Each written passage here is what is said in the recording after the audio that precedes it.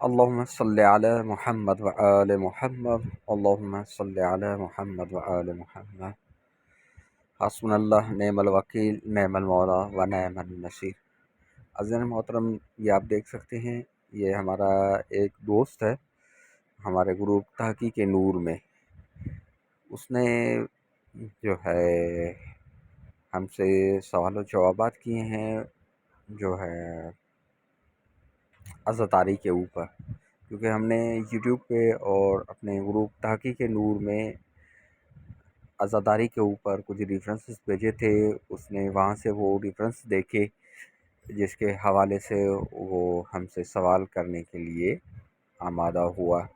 یہ آپ دیکھ سکتے ہیں کہ میرا سوال ہے، جی حکم فرمائیں، آپ کس سے مکتب فکر سے ہیں؟ آپ کس سے مکتب فکر سے ہیں؟ میں نے جعفری لکھا ہے، وہ کہہ رہا ہے مطلب کہ شیعہ میں صحیح سمجھا ہوں؟ میں نے کہا کہ جی بالکل، آپ مسلم تو ہر کوئی ہے، لیکن جواب جو ہے اس کا یہی ہے۔ کیا میں آپ سے کچھ پوچھنا چاہتا ہوں اور آپ کو جمعہ مبارک ہو؟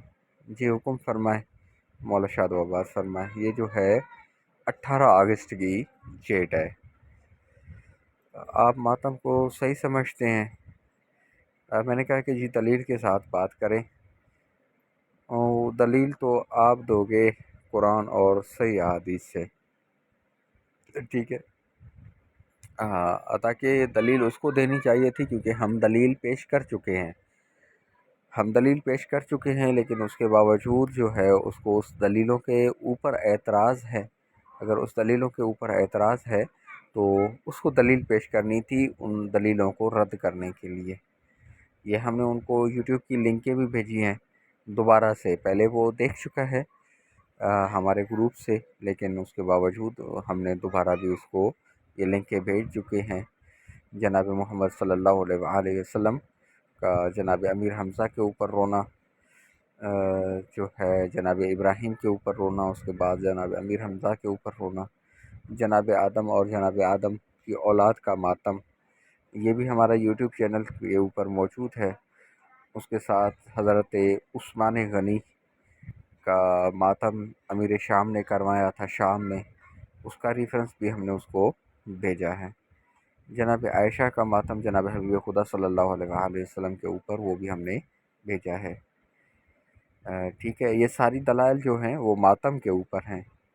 بھائی میری دلیل وہ ہوتی ہے جیسے عمل کو بار بار کیا جائے یا حضور صلی اللہ علیہ وسلم سے ثابت ہو، ایسے یعنی یہ شریعت کا قانون نہیں ہے کہ بار بار کی جائے۔ شریعت کا قانون یہی ہے کہ جناب حبیب خدا صلی اللہ علیہ وسلم نے ایک دفعہ کیا، جناب حبیب خدا کے سامنے ایک دفعہ ہوا، اور جناب حبیب خدا نے اس کے اوپر اعتراض نہ کیا تو وہ شریعت بن جاتی ہے۔ صحیح ہے؟ دلیل یہ نہیں ہے کہ بار بار کی جائے، دلیل یہ ہے کہ ایک دفعہ بھی ہو تو وہ ایک دفعہ ہونے کے ساتھ ساتھ جو ہے وہ دلیل ثابت ہو جاتی ہے۔ اس کا ہم نے اس کو جواب دیا ہے۔ تو یہ میڈیا جو ہے وہ ڈیلیٹ ہو گئی ہے، تو اس حوالے سے ہم نے اس کو دلیل دیا ہے۔ یہ آپ دیکھ سکتے ہیں کہ ہم نے اس کو وائس کی ہے کہ جناب اعلیٰ دلیل یہ نہیں ہے کہ بار بار کی جائے، دلیل یہ ہے کہ ایک دفعہ بھی کی جائے تو وہ دلیل شمار کی جاتی ہے۔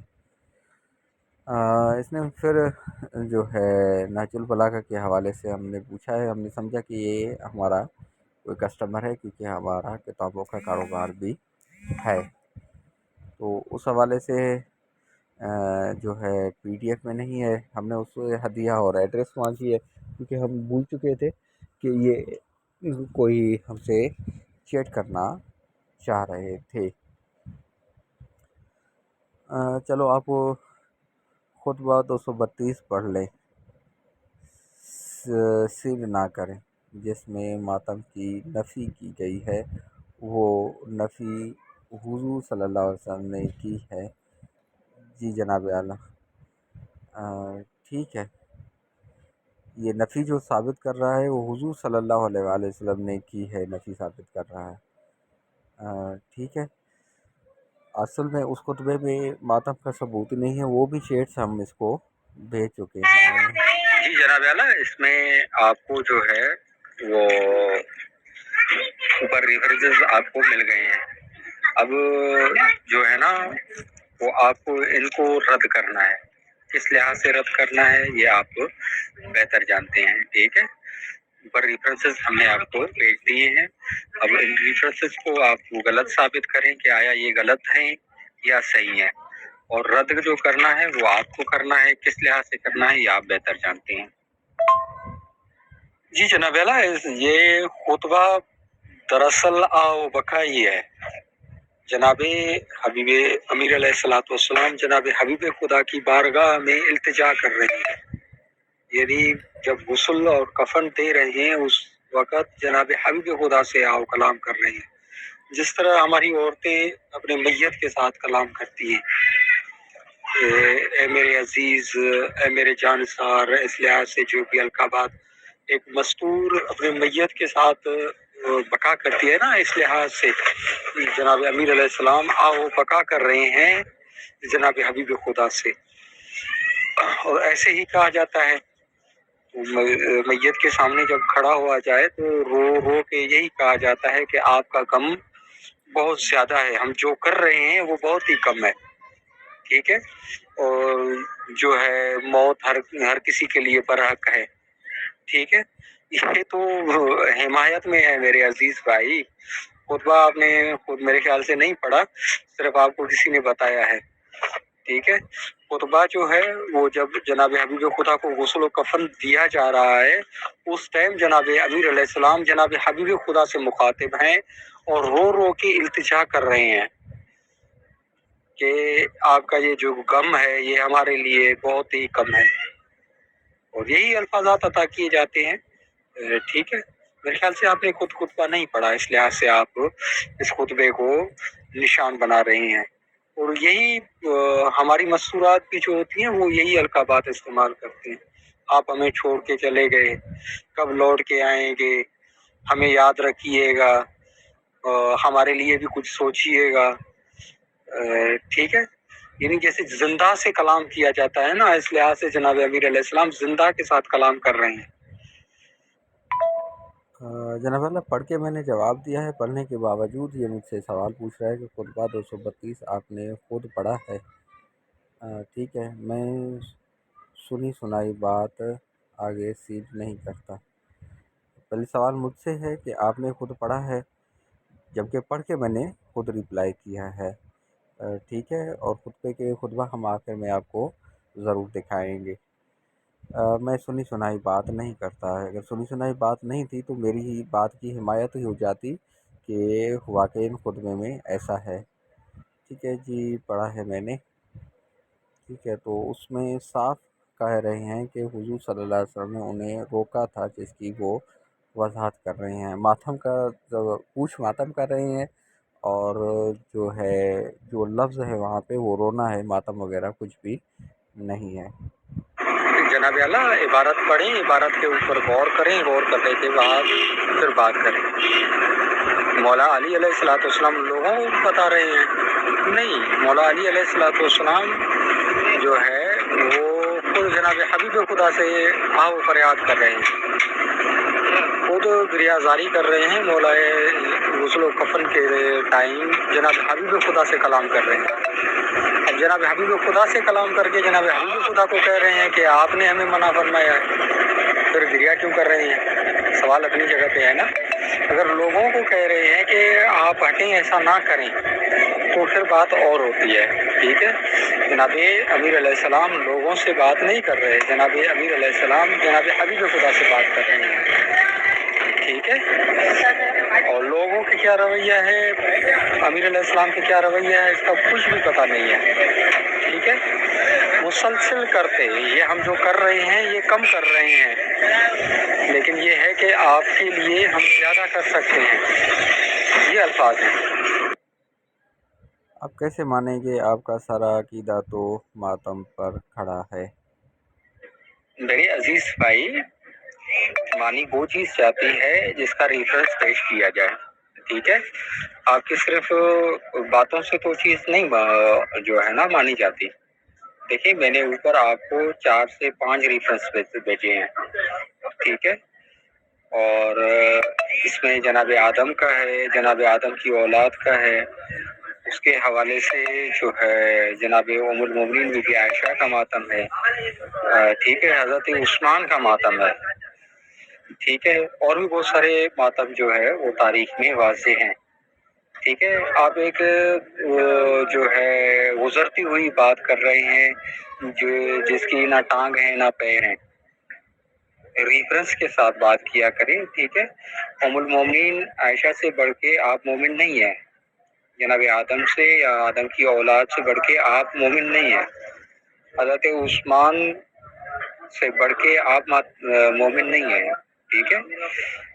ان ساری چیزوں کو، کیونکہ کسی بھی چیز کو منوانا ہو تو ان ساری چیزوں کو جو ہے وہ رد کرنا ہوگا آپ کو، اور رد صرف بات کرنے سے نہیں ہوتی، رد ریفرنس سے ہوتی ہے۔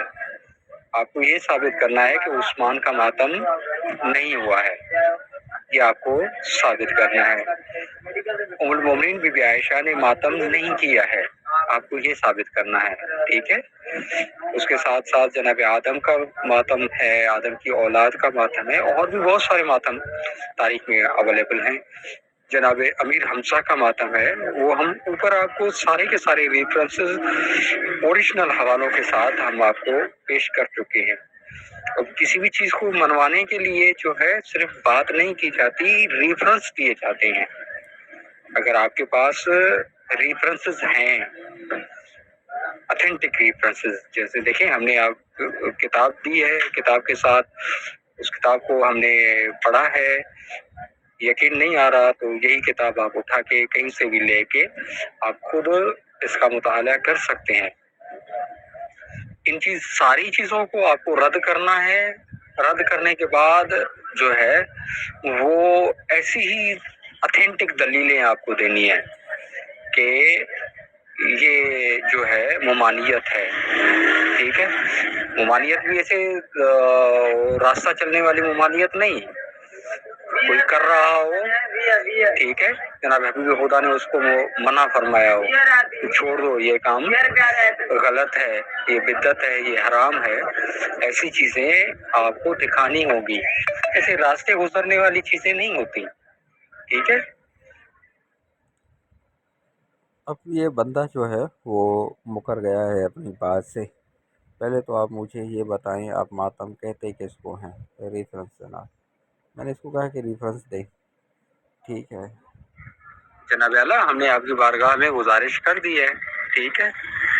یہ یہاں وہاں کی باتوں سے جو ہے وہ دین نہیں بنتا، اور نہ ہی ہمارے پاس اتنا ٹائم ہوتا ہے، فضولیات کے لیے ہمارے پاس ٹائم نہیں ہے، بہت ہی بزی ہوتے ہیں۔ تو اس حوالے سے اگر آپ کے پاس کچھ ریفرنسز ہیں جس سے آپ ہمیں سمجھا سکیں، کوئی حدیث، کوئی آیت، کوئی وغیرہ وغیرہ، جو کچھ بھی آپ کے پاس ہے ایز اے ریفرنس بات کیا کریں، ٹھیک ہے نا؟ دین دلیل کا نام ہے، یہ اشکالات کا نام دین نہیں ہے۔ یہ جو سوالات ہوتے ہیں یہ شیطان کی طرف سے ہوتے ہیں، رحمان کی طرف سے نہیں ہوتے، رحمان کی طرف سے دلیل ہوتا ہے، ٹھیک ہے؟ ٹھیک ہے جناب اعلیٰ، آپ ماتم کا مطلب تو بتائیں، میں بھی تو سمجھوں آپ ماتم کہتے کس کو ہیں؟ ٹھیک ہے، پھر وہی سوال، اوپر یہ 5 دفعہ سوال پوچھ چکا ہے، اب بھی وہی سوال۔ میں دلیل سے بات کروں گا۔ اوپر آپ دیکھ سکتے ہیں کہ اس بندے نے کتنا دلیل کے ساتھ بات کی ہے، اور آگے بھی یہ آپ خود بخوبی دیکھیں گے کہ یہ بندہ کتنے دلیل سے ساتھ بات کر رہا ہے، ٹھیک ہے؟ یہ ہم نے کہا ہے کہ ان کو ریڈ کریں۔ کیرونے اور نوحے کو ماتم کہتے ہیں، میں سنجی سنی کا ماتم پوچھ رہا ہوں۔ سب کچھ ماتم ہے، وہ ثابت کریں۔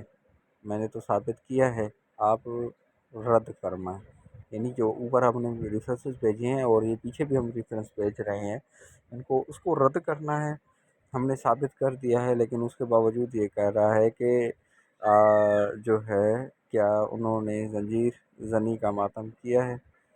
میں نے کہا کہ چلو ٹھیک ہے، مجھے چھوڑے، آپ رد فرمائیں ریفرنس سے۔ ٹھیک ہے، آپ ایک اصول تو رکھیں، اگر آپ رونے کو ماتم کہتے ہیں تو میں آپ کے ساتھ ہوں، اگر آپ زنجیر زنی کو ماتم کہتے ہیں تو ان کا ریفرنس آپ دیں گے، یہ اہل بیت میں کس نے زنجیر زنی کی تھی۔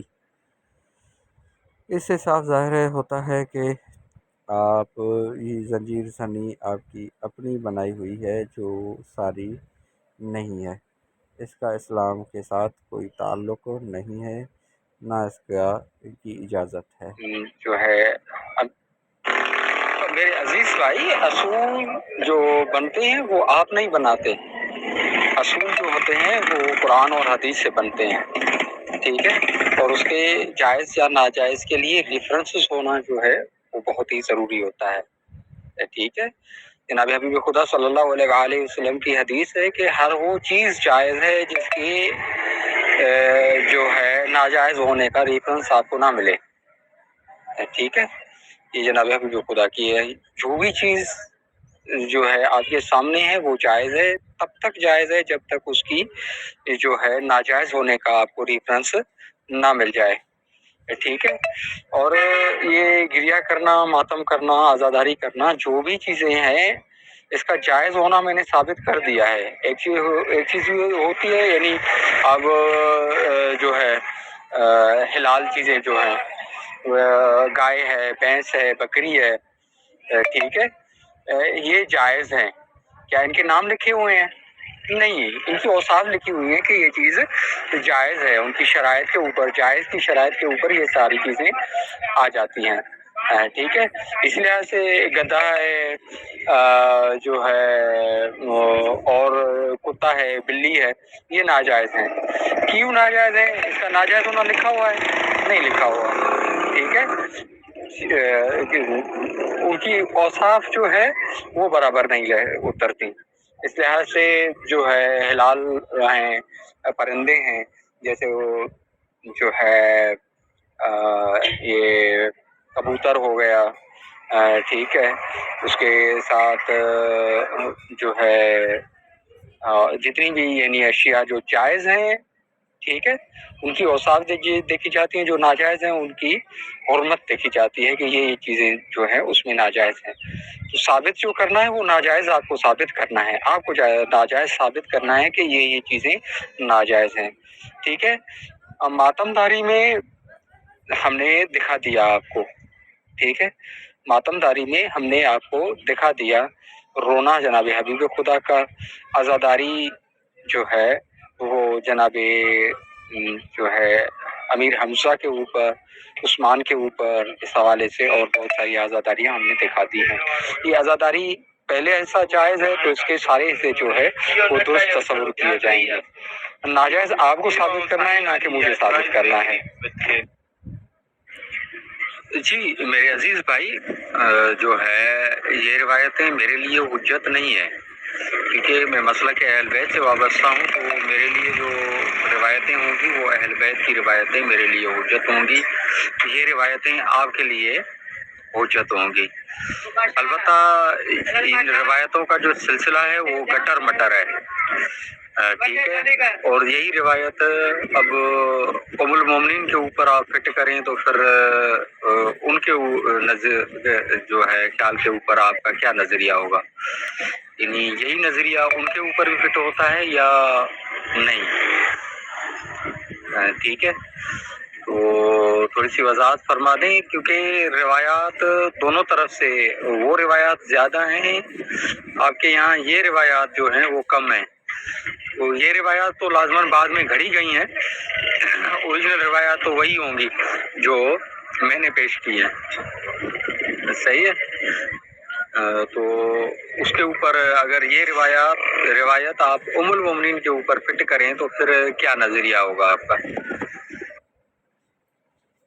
جی، اور جو نوحہ کرنے والی موت سے پہلے توبہ نہ کریں تو روز قیامت اس پر گندھک کی قمیص ہوگی، یعنی جو ہے نوحہ کرنے والے کا عذاب جو ہے وہ بتایا گیا ہے اس روایت میں۔ یہ مشکوات کی روایت ہے، اور یہ جو ہے 1727 جو ہے وہ حدیث نمبر ہے۔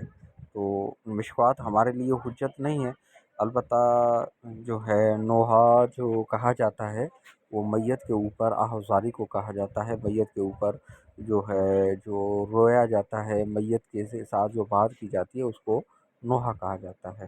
اور یہ نوحہ ہم ام المؤمنین کا بھی ثابت کر چکے ہیں، جناب حبیب خدا کا انصار کو کہنا، جناب امیر حمزہ کے اوپر اور جناب حبیب خدا کے سامنے انصار کی عورتوں نے انصار کے اوپر نوحہ کیا ہے۔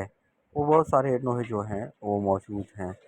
تو یہ سارا سلسلہ جو ہے اب ان کو ثابت کرنا ہے کہ آیا ام المؤمنین نے توبہ کی تھی، یا بقایا جتنے بھی صحابہ کرام نے یہ عمل کیا ہے انہوں نے توبہ کی تھی، وغیرہ وغیرہ۔ یہ سارا کچھ ان کو ثابت کرنا ہے، کیونکہ ہم اوپر جو ہے وہ ریفرنس بیچ چکے ہیں۔ ذرا آپ عائشہ کا ماتم تو ریفرنس پک میں دوبارہ سینڈ کریں۔ اب میں نے جب اس کو کہا ہے کہ عائشہ کے اوپر آپ کا کیا نظریہ ہے، تو انہوں نے کہا کہ دوبارہ مجھے بھیجیں، عطا کہ اوپر چیٹ موجود ہے، وہ خود وہاں پہ جا کے دیکھ سکتا ہے۔ اسے پتہ چلتا ہے کہ آپ کو حق بات تسلیم نہیں کرنی ہو۔ خطبے کی خطبہ بھی دکھایا، خطبہ انہوں نے ابھی تک مجھے نہیں دکھایا، میں نے خود کتاب سے جو ہے وہ دیکھا تھا، اور وہ اوپر وہی ہے جو بعد میں ہم آپ کو دکھاتے ہیں، ٹھیک ہے۔ جب وہ خطبہ آپ دیکھیں گے تو آپ کو پتہ چل جائے گا کہ خطبہ میں کیا ہے۔ یہ ہم نے اس کو جواب دیے ہیں۔ جی میرے عزیز بھائی، نوحہ میت سے کلام کو کہا جاتا ہے، ٹھیک ہے، اور جو خطبہ آپ نے دکھایا وہ خود نوحہ ہے امام علی علیہ السلام کا، جس میں جناب حبیب خدا سے وہ کلام کر رہے ہیں، ٹھیک ہے۔ اور جو ہے اس نوحے میں جو تذکرہ ہوتا ہے وہ میت کا ہی تذکرہ ہوتا ہے۔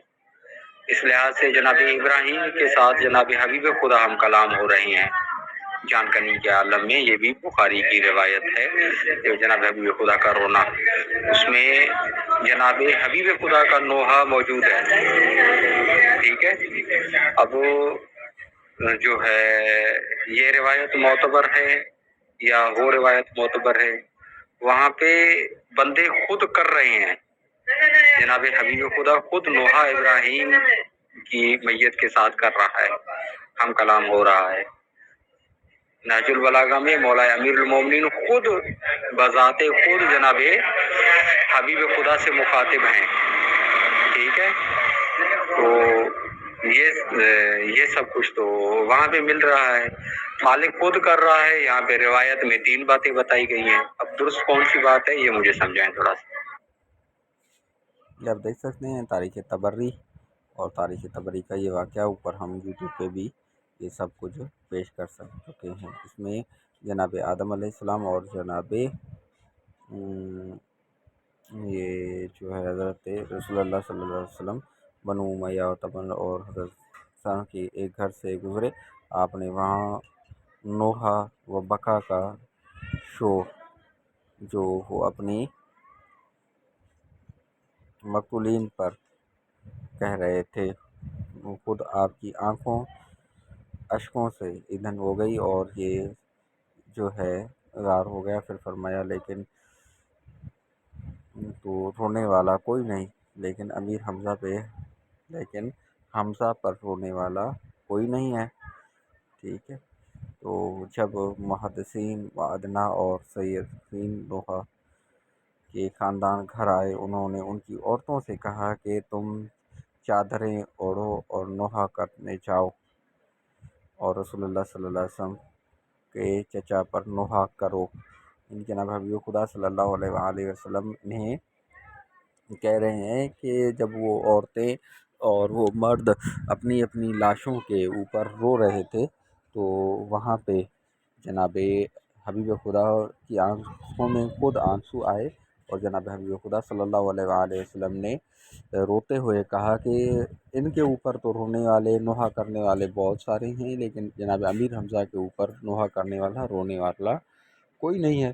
تو وہ مرد سارے اپنی گھروں گئے، اپنے گھروں سے جو ہے اپنی عورتوں کو بلوایا اور ان کو امیر حمزہ کے پاس بھیجا، اور امیر حمزہ کے پاس بھیج کے انہوں نے کہا کہ پہلے جاؤ امیر حمزہ کے اوپر ماتم کرو، اس کے بعد جو ہے اپنے مقتولین کے اوپر آ کے نوحہ ماتم اور آہوساری کرو۔ یہ ریفرنس ہے، یہ طبقات ابن سعد میں آپ دیکھ سکتے ہیں جو ہے حضرت حمزہ کا سوگ۔ انصار اپنے مقتولین پر سوئے رو رہے تھے، رسول اللہ نے سنا تو فرمایا کہ حمزہ پر رونے والا کوئی نہیں ہے۔ انصار کی عورتیں رسول اللہ صلی اللہ علیہ وسلم کے دروازے پر آئیں اور حمزہ پر رو رہی تھیں۔ رسول اللہ نے ان کی دعا کی اور واپس جانے کا حکم دیا۔ یعنی وہ جب جناب امیر حمزہ کے اوپر رو رہی تھیں، آہ و بکا کر رہی تھیں، نوحہ پڑھ رہی تھیں، تو جناب حبیب خدا نے ان کو عمل کو روکا نہیں بلکہ ان کے لیے دعا فرمائی۔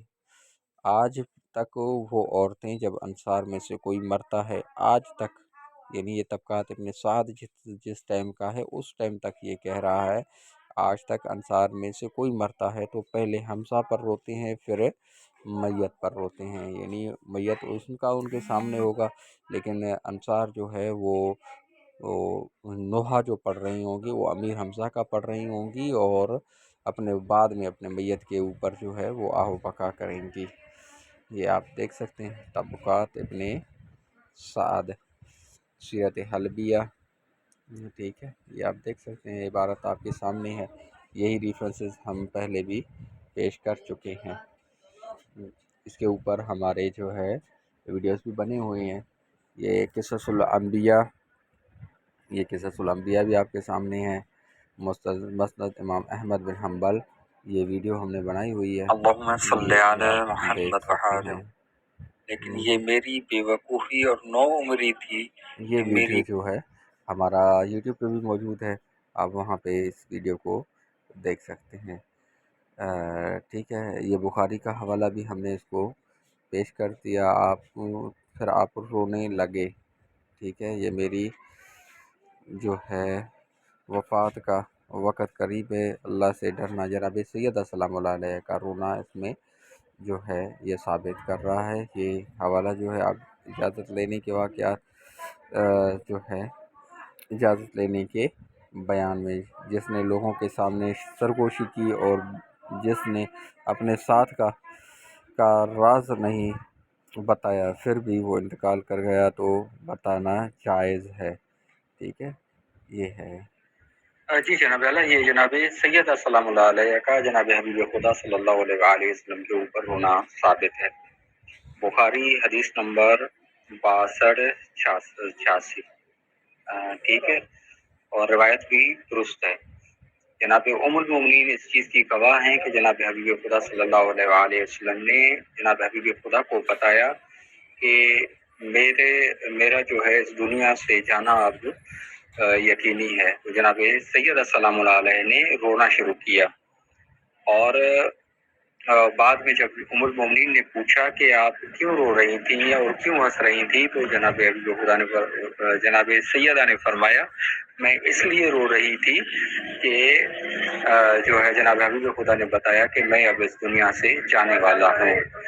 ٹھیک ہے، جناب حبیب خدا کے سامنے جناب فاطمہ الزہرا رو رہی ہیں، اور جناب حبیب خدا صلی اللہ علیہ وآلہ وسلم اسے کوئی بھی ممانعت نہیں فرما رہے۔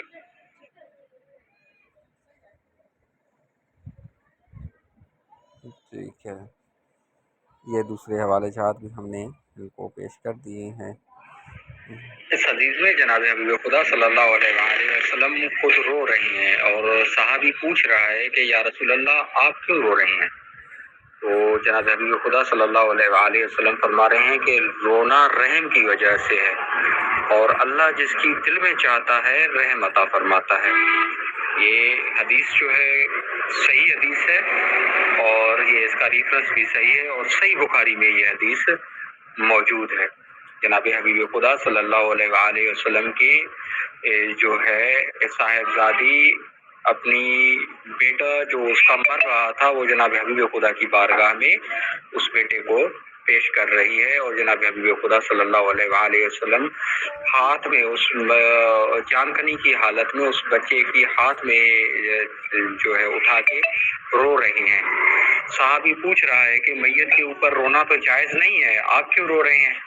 جناب حبیب خدا صلی اللہ علیہ وآلہ وسلم فرما رہے ہیں کہ میت کے اوپر رونا رحم ہے، اور اللہ جس کی دل میں چاہتا ہے رحم داخل کر دیتا ہے۔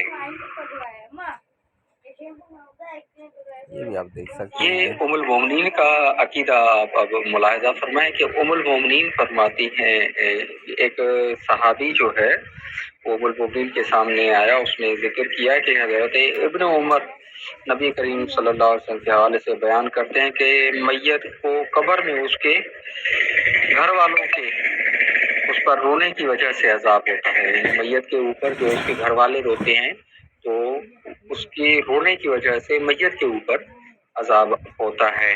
یہ نظریہ جو تھا وہ ابن عمر کا تھا، حضرت عمر کے فرزند، اور روایات میں یہی ملتا ہے کہ میت کے اوپر جو روتا تھا اس کو مارتا جو تھا وہ عمر مارتا تھا۔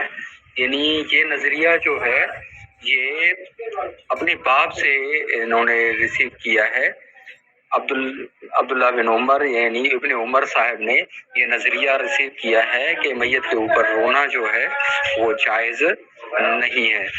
اب ام المومنین کا نظریہ کیا ہے؟ ام المومنین کا جو نظریہ ہے وہ یہ ہے کہ حضرت ام المومنین فرماتی ہیں کہ میت کے اوپر رونے سے اس کے اوپر عذاب نہیں ہوتا، میت کے اوپر اس کے گناہوں کی یا اس کے جو ہے خطاؤں کا جو ہے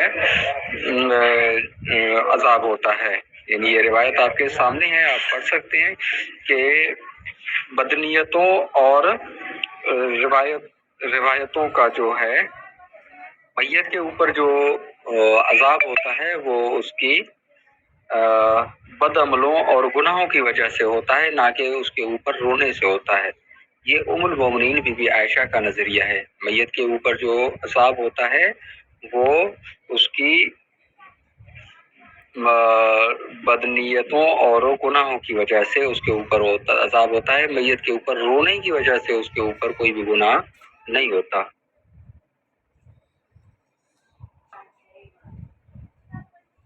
یہ آپ دیکھ سکتے ہیں، ٹھیک ہے۔ یہ دوسری چیٹ ہے، یہ بھی آپ دیکھ سکتے ہیں۔ اس روایت میں جناب اعلیٰ آپ کے سامنے ہے، جناب حبیب خدا صلی اللہ علیہ وآلہ وسلم لکڑی کا سہارا لے کے جو ہے خطبہ دیا کرتے تھے، ٹھیک ہے۔ تو لکڑی کا سہارا دے کے جناب حبیب خدا خطبہ دیا کرتے تھے۔ جب ممبر بن گیا تو جناب حبیب خدا صلی اللہ علیہ وآلہ وسلم ممبر پہ تشریف لے کے آئے۔ جب ممبر پہ تشریف لے کے آئے تو وہ لکڑی رونے لگی اور دھیمی آواز میں رونے لگی، جس کو جناب حبیب خدا صلی اللہ علیہ وآلہ وسلم نے محسوس کیا۔ جناب حبیب خدا اس لکڑی کے اوپر ہاتھ پھیرنے لگے اور اس کو دلاسا دینے لگے، جس سے وہ لکڑی جو ہے وہ چپ ہو گئی۔ یعنی جدائی میں رونا، ہم میت کے اوپر جدائی میں روتے ہیں تو جدائی میں رونا جو ہے وہ جائز ہے۔ اور جناب حبیب خدا صلی اللہ علیہ وآلہ وسلم کا کام تھا، اگر رونا جائز نہ ہوتا تو جناب حبیب خدا اس کو ممانعت فرما دیتے، لیکن جناب حبیب خدا صلی اللہ علیہ وآلہ وسلم نے اسے دلاسا دیا ہے، اس کے اوپر ہاتھ پھیرا ہے، ٹھیک ہے۔ تو یعنی میت کے اوپر جو رو رہا ہے، جدائی میں جو رو رہا ہے، اس کا حوصلہ بنے، اس کے اوپر فتوے صادر نہ فرمائیں۔ یہ روایت آپ کے سامنے ہے، اس کے ساتھ یہ روایت بھی دیکھ لیں جناب اعلیٰ۔ اس روایت میں واضح ہے کہ عمر جو ہے وہ لوگوں کو ممانعت فرماتے تھے، اور بعد میں جو ہے وہ حضرت عائشہ کے پاس آئے اور عائشہ سے پوچھا، تو عائشہ نے دعا کی کہ اللہ اس عمر کے اوپر رحم کرے، اس سے غلطی ہو گئی ہوگی۔ خداوند عالم نے ممانعت جو فرمایا ہے وہ میت کے اوپر نہیں فرمایا، بلکہ وہ لاش کافروں کی لاش تھی۔ آپ دیکھ سکتے ہیں یہ روایت، آپ دوبارہ تھوڑا سا اسکرین شاٹ لگا کے آپ جناب اللہ یہ روایت بھی دیکھ لیں، یہ ام المومنین بی بی عائشہ کی روایت ہے، اور ابن عمر سے کی نفی کے حوالے سے یہ روایت موجود ہے۔ عبداللہ بن عمر عبدالرحمن بن عمر جو ہے اس کا قول یہ ہے کہ میت کے اوپر رونا جو ہے وہ جائز نہیں ہے، لیکن ام المومنین بھی عائشہ فرما رہی ہیں کہ اللہ اس کے اوپر رحم کرے، اس نے حدیث سنی ہے لیکن حدیث سننے کے بعد اسے یہ پتہ نہیں ہے کہ آیا یہ حدیث آگے کیا ہے۔ اصل واقعہ جو ہے وہ روایت میں موجود ہے کہ جناب حبیب خدا صلی اللہ علیہ وآلہ وسلم کے سامنے ایک یہودی کا جنازہ جا رہا تھا، ایک کافر کا جنازہ جا رہا تھا۔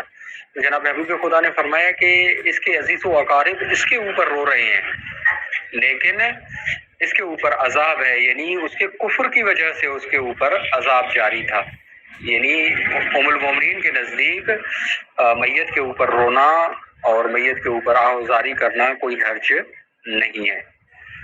یہ روایت جو ہے وہ مسلم کی بھی ہے، بخاری کی بھی ہے، یہ ریفرنس آپ کے سامنے ہے۔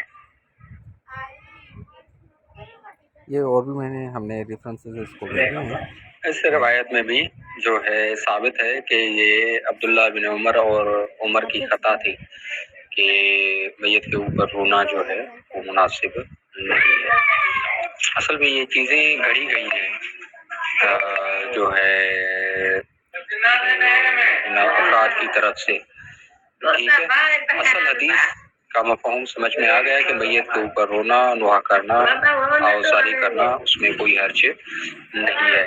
جو ممانعت فرما رہے ہیں یہ ان کی اپنی ہاتھ سے گھڑی ہوئی باتیں ہیں، اور دین میں ایسے ان بندوں کی بہت ساری چیزیں عائد ہیں جو کہ مکمل فساد ہیں، مکمل جو ہے شرک ہیں، لیکن جو ہے ہمارے اہل سنت بھائی ہیں وہ ان کو دین سمجھ کے سر انجام دیتے ہیں۔